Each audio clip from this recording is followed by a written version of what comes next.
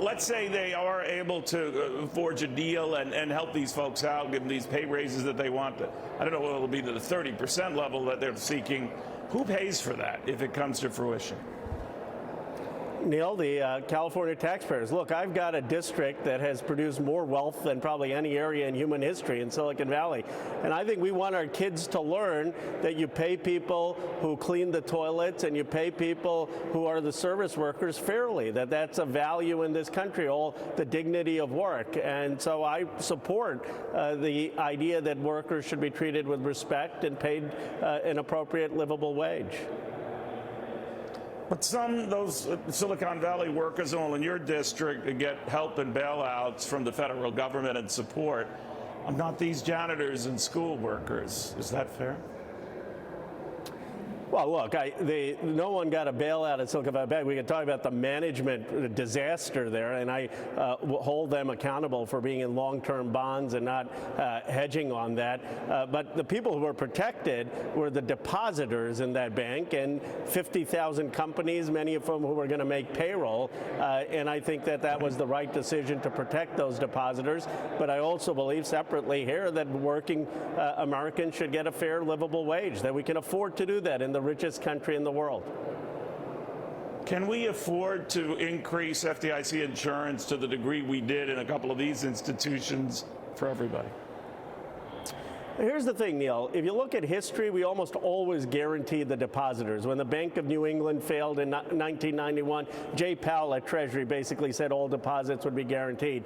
I heard Senator Langford earlier. I thought he was thoughtful about protecting regional and community banks. Why don't we do something simple? Charge a higher premium for the banks and assess a fee on any account over $250,000, basically mandatory insurance. I mean, right now what you have is these accounts. They are basically like uninsured car drivers. They're causing car crashes, and then the taxpayers is responsible. We shouldn't allow that. There should be a mandatory fee for an account over $250,000, and that should go to this federal insurance deposit fund to then protect the depositors. Real quickly, you are at least going in and touching that third rail of politics and looking at shoring up Social Security. Among your proposals is making a tax for those over $160,000 limitless. In other words, you pay Social Security tax on their full income. What response have you gotten on that? Technically, it'd start over $250,000, but this would actually make Social Security solvent and allow people to increase benefits. Look, some people don't like it. They say this is too much tax on people who are making over $250,000, and I guess that's a fair position to have. But then, what's your alternative? Yeah. At least I have a proposal that makes the math of Social Security work and makes it solvent. I guess I'd like to hear from those who disagree with this what their proposal is.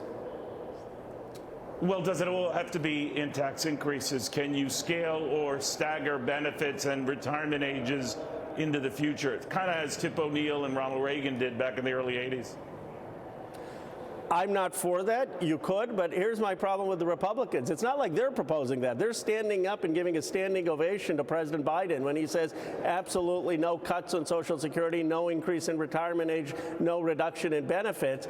And then how do you pay for that? I'm saying the way you pay for that is scrap the cap and increase and have everyone over $250,000 pay tax on the rest of their income.